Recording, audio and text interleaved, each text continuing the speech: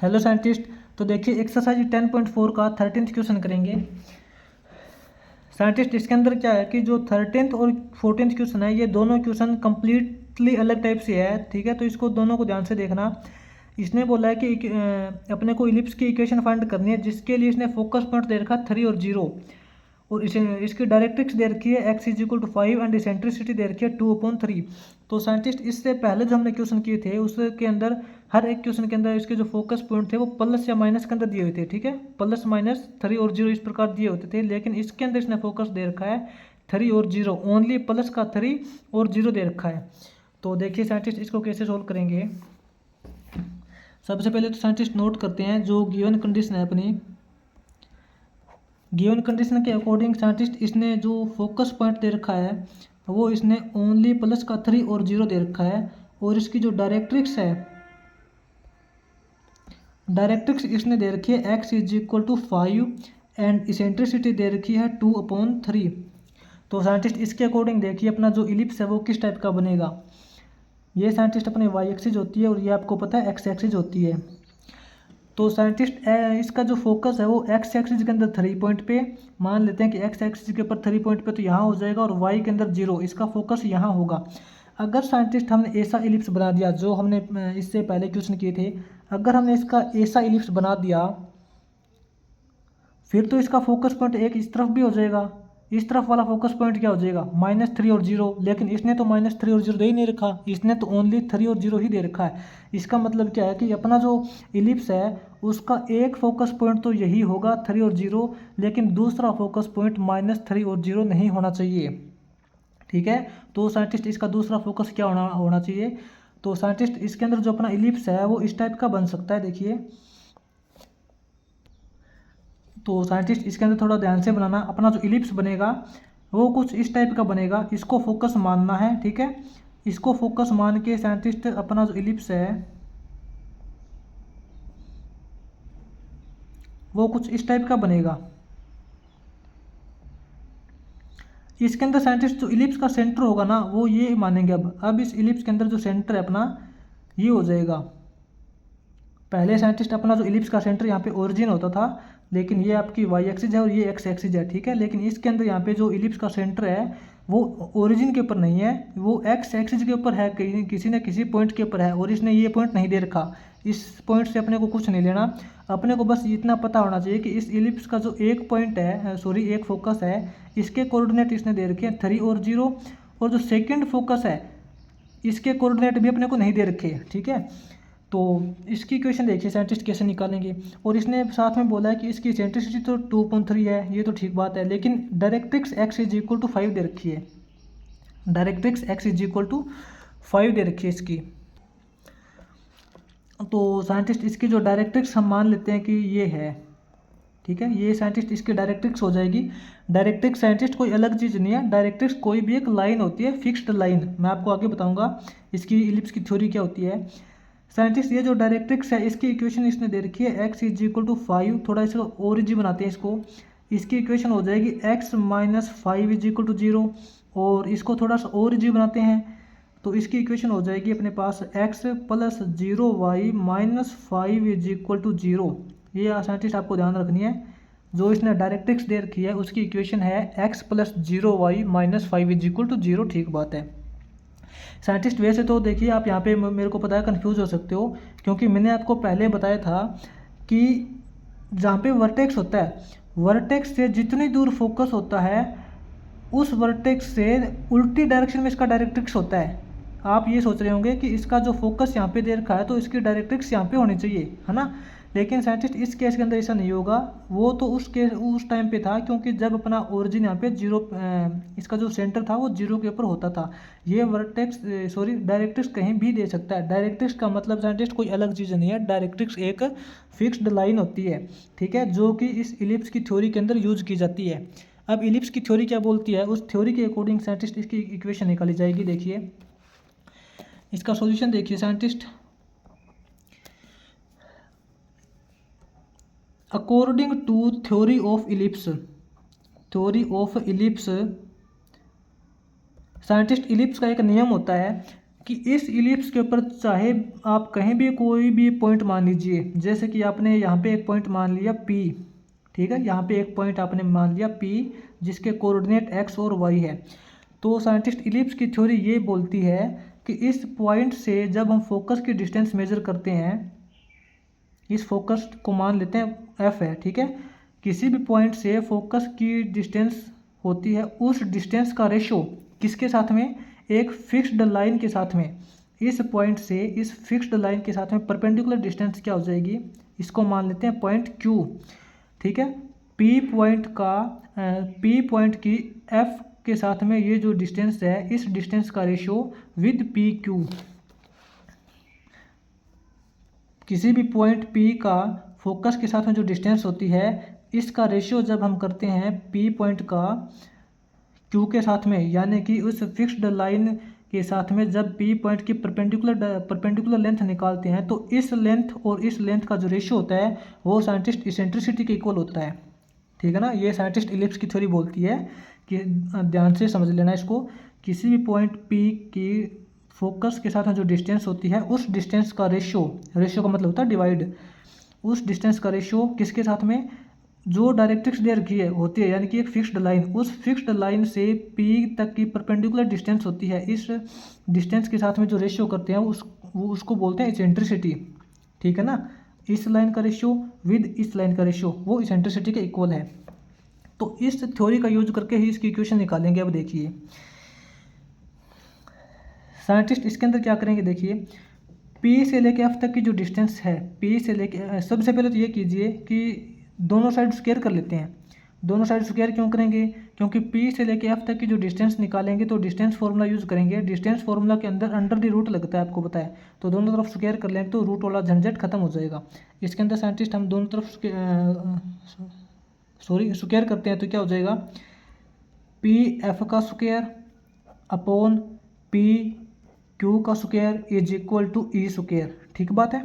अब देखिए P F का स्क्वायर, साइंटिस्ट P से लेकर F तक की डिस्टेंस कितनी हो जाएगी, x माइनस 3 का स्क्वायर, x माइनस 3 का स्क्वायर प्लस y माइनस 0 का स्क्वायर, यानी कि y स्क्वायर, ठीक है। ये तो हो गया P F का स्क्वायर अपॉन, अब साइंटिस्ट P Q का स्क्वायर देखेंगे, P से लेके Q तक की जो डिस्टेंस, साइंटिस्ट ये देखिए आपको एक स्ट्रेट लाइन दे रखी है, इस स्ट्रेट लाइन की जो इक्वेशन है वो x plus 0 y minus 5 is equal to 0। और आपने इससे पहले जो आपने 9th चैप्टर किया था उसके अंदर किया था कि किसी भी स्ट्रेट लाइन से जब किसी पॉइंट की परपेंडिकुलर डिस्टेंस निकालते हैं तो वो कैसे निकालते हैं, ये जो स्ट्रेट लाइन की इक्वेशन दे रखी होती है इसके अंदर x और y की जगह वो वैल्यू पुट करते हैं जिसकी अपने को डिस्टेंस निकालनी होती है। तो साइंटिस्ट इसके अंदर x और y की जगह x और y ही पुट करेंगे, तो इसकी इक्वेशन क्या हो जाएगा, x प्लस 0y को छोड़ दीजिए, x माइनस 5 हो जाएगा।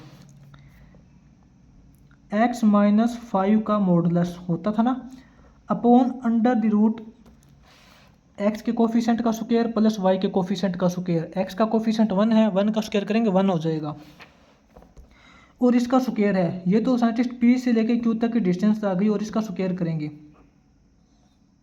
इज इक्वल टू इसेंट्रिसिटी का स्क्वायर। साइंटिस्ट इसेंट्रिसिटी की वैल्यू दे रखी है 2/3, इसका स्क्वायर करेंगे तो 4/9 हो जाएगा, 4/9। तो देखिए साइंटिस्ट इसको आगे सोल्व करते हैं, x माइनस 3 का स्क्वायर ओपन करते हैं तो ये अपने पास हो जाएगा x square plus 9 minus 6x plus y square, ठीक है। इसके अपोन में देखिए साइंटिस्ट x माइनस 5 का मॉडुलस है, साइंटिस्ट आपको पता है मॉडुलस का मतलब होता है कि इसके अंदर वाली वैल्यू चाहे तो पॉजिटिव हो चाहे नेगेटिव हो, यानी कि ये पॉजिटिव भी हो सकती है और नेगेटिव भी हो सकती है। अगर ये वैल्यू साइंटिस्ट नेगेटिव हुई तो भी उसका स्क्वायर करेंगे तो पॉजिटिव ही बनेगी, ठीक है ना। तो यहाँ पे इसका मॉडुलस हटा देंगे और x माइनस 5 का स्क्वायर करेंगे तो देखिए क्या बनेगा, ये अपने पास बनेगा x square plus 25 minus 10x, ठीक है। इसका स्क्वायर ओपन कर दिया और 1 का स्क्वायर रूट करेंगे 1 का स्क्वायर करेंगे 1 ही आएगा, इसको छोड़ दीजिए, इज इक्वल टू इसेंट्रिसिटी यानी कि 4/9। अब साइंटिस्ट इन दोनों की क्रॉस मल्टीप्लाई करेंगे तो क्या हो जाएगा, देखिए इनकी क्रॉस मल्टीप्लाई करेंगे तो ये हो जाएगा अपने पास 9x स्क्वायर प्लस 9 9 जा 81 minus 54x plus 9y² is equal to, अब इसकी क्रॉस मल्टीप्लाई करेंगे 4x² प्लस के अंदर 4 इंटू 25 करेंगे 100 माइनस के अंदर ये 40x हो जाएगा। इस कंप्लीट वैल्यू को इस तरफ लेके आएंगे तो क्या हो जाएगा 9x² plus 81 minus 54x plus 9y², इसको इस तरफ लेके आएंगे तो ये हो जाएगा अपने पास माइनस का 4x² माइनस का 100 प्लस का 40x इज इक्वल टू 0। ठीक है, अब इसको सोल्व करते हैं। साइंटिस्ट 9x² माइनस 4x² अपने पास आएगा 5x², उसके बाद प्लस 9y² प्लस 9y², उसके बाद साइंटिस्ट देखिए 40x माइनस 54x अपने पास हो जाएगा माइनस का 14x। ठीक है, और उसके बाद में 81 माइनस 100 करेंगे तो माइनस का 19 इज इक्वल टू 0। तो साइंटिस्ट अपनी जो इलिप्स है इसकी इक्वेशन हो जाएगी 5x² plus 9y² minus 14x minus 19 is equal to 0। ये अपने पास यहाँ पे इलिप्स की इक्वेशन आ जाएगी। साइंटिस्ट इसको आप थोड़ा सा ध्यान से समझ लेना। ठीक है, इसके अंदर हमने क्या किया है, इसका जो सेंटर है वो इस बार ओरिजिन नहीं है। ठीक है ना, और ये साइंटिस्ट इलिप्स की थ्योरी बोलती है, इसको आप याद रख लेना, इलिप्स की थ्योरी होती है ये। ठीक है ना, और इसी इलिप्स की थ्योरी का यूज करके हमने यहाँ पे इसकी इक्वेशन फाइंड की है। तो इसके बाद में साइंटिस्ट इसका आगे 14th क्वेश्चन करते हैं जो कि बिल्कुल एज इट इज इस जैसा ही है। आगे 14th क्वेश्चन देखिए। तो साइंटिस्ट 14th क्वेश्चन के स्टेटमेंट के अंदर देखिए, इसने बोला है अपने को इलिप्स की इक्वेशन फाइंड करनी है जिसके लिए इलिप्स का जो फोकस है वो 1 और 2 दे रखा है, और ये जो लाइन दे रखी है वो इसकी डायरेक्ट्रिक्स है और इसकी सेंट्रिसिटी 1/2 दे रखी है। ठीक है ना, यहाँ पे साइंटिस्ट 2 गिवन वैल्यू के अकॉर्डिंग साइंटिस्ट इसका जो फोकस पॉइंट दे रखा है वो दे रखा है 1 और 2। यहाँ पे साइंटिस्ट इस बार 0 कहीं पे नहीं है, ना ही प्लस माइनस का केस है, ध्यान से देख लेना। ठीक है, और इसकी जो इसेंट्रिसिटी दे रखी है साइंटिस्ट इसने इसेंट्रिसिटी दे रखी है 1/2, और इसकी जो डायरेक्ट्रिक्स है, डायरेक्ट्रिक्स का मतलब कोई भी एक फिक्स्ड लाइन दे रखी है जो हम थ्योरी के अंदर यूज करते हैं। इलिप्स की थ्योरी होती है ना, उसके अंदर इसका यूज होता है ये डायरेक्ट्रिक्स का। और जो डायरेक्ट्रिक्स की जो इसने दे रखी है इक्वेशन वो है 3x plus 4y minus 5 is equal to 0। ये साइंटिस्ट डायरेक्ट्रिक्स की इक्वेशन है। तो साइंटिस्ट अपने पास देखिए इलिप्स कैसा बनेगा।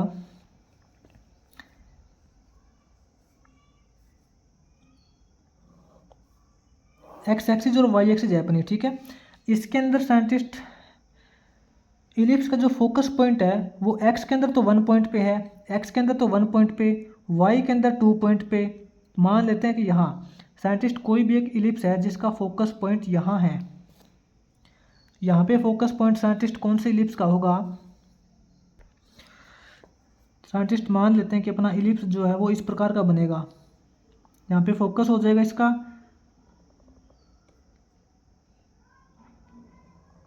ठीक है।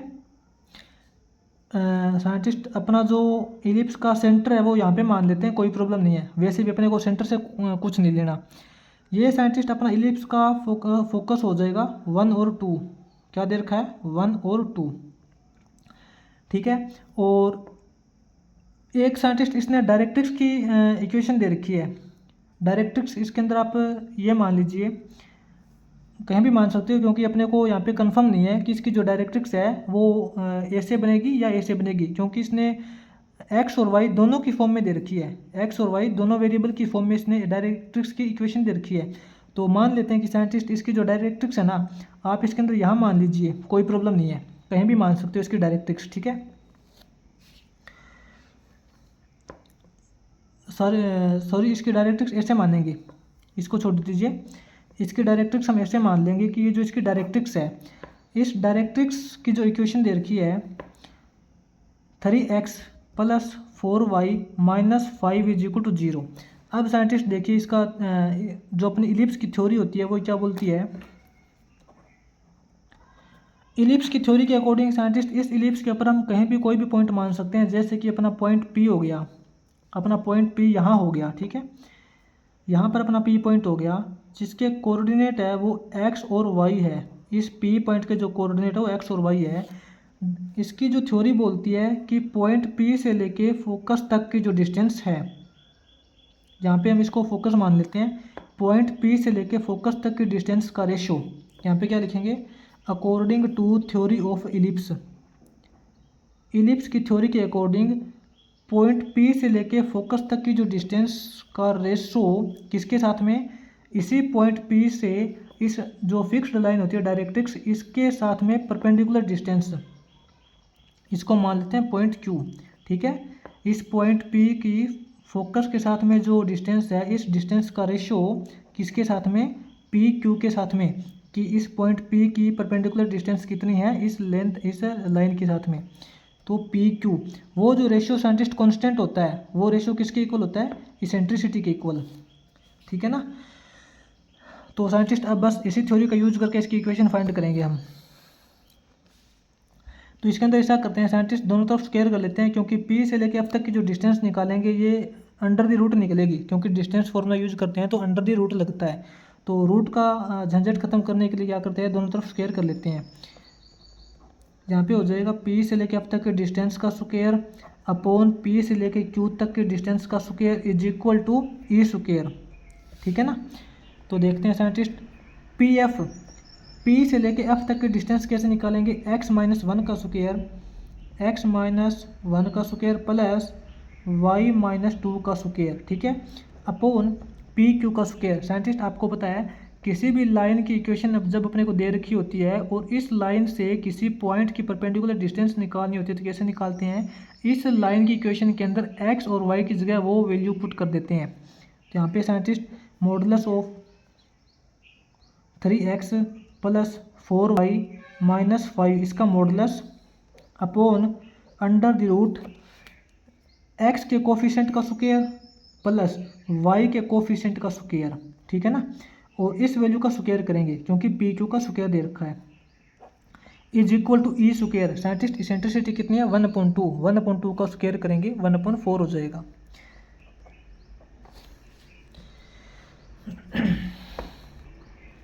तो देखिए साइंटिस्ट एक बार तो सीधा लिख लेते हैं, x माइनस वन का square plus y minus two का स्क्वायर, इसके टोटल अपोन में साइंटिस्ट ये वैल्यू दे रखी है, इसके साइंटिस्ट टोटल अपोन में ये वैल्यू है। ठीक है ना। मॉडुलस का साइंटिस्ट मतलब ये होता है कि अंदर वाली वैल्यू पॉजिटिव भी हो सकती है और नेगेटिव भी हो सकती है, लेकिन अगर ये वैल्यू नेगेटिव हुई तो नेगेटिव होने के बावजूद भी अगर हम इसका स्क्वायर करेंगे तो पॉजिटिव बन जाएगी। ठीक है, तो ये वैल्यू पॉजिटिव ही लिखेंगे हम, चाहे तो नेगेटिव हो चाहे पॉजिटिव, कोई प्रॉब्लम नहीं है, क्योंकि इसका स्क्वायर करने के बाद तो ये पॉजिटिव ही बनेगी। तो यहाँ पे करेंगे scientist 3x plus 4y minus 5 इसका स्क्वायर। ठीक है, और इसके अपोन में क्या है, इसके अपोन में दे रखा है अपने को 6 + 9 करेंगे 25, 25 का स्क्वायर रूट करेंगे 5 हो जाएगा, और इस 5 का दोबारा से स्क्वायर करेंगे तो 25 हो जाएगा। इसके अपोन में साइंटिस्ट 25 आएगा, इसके अपोन में 25 आएगा तो इसके ऊपर चला जाएगा 25 मल्टीप्लाई में चला जाएगा। ठीक है ना, क्योंकि देखिए इस टोटल वैल्यू को इस वैल्यू से डिवाइड करेंगे, इसके अपोन में 25 आएगा तो 25 मल्टीप्लाई का सिंबल लगेगा और 25 ऊपर चला जाएगा। ठीक है ना, इज इक्वल टू 1/4। अब साइंटिस्ट इसकी क्रॉस मल्टीप्लाई करते हैं, क्रॉस मल्टीप्लाई करेंगे तो क्या हो जाएगा, 25 × 4 करेंगे 100, 100 अंदर क्या है x माइनस वन का स्क्वायर, x माइनस वन का स्क्वायर ओपन ही कर लेते हैं, x square plus 1 minus 2x plus के अंदर y माइनस 2 का स्क्वायर ओपन करेंगे, y square plus 4 minus 4x। ठीक है, इज इक्वल टू, अब साइंटिस्ट इसका स्क्वायर बचेगा 3x प्लस 4y माइनस 5 का स्क्वायर। तो इसके अंदर क्या करेंगे scientist, 3x plus 4y minus 5 का स्क्वायर,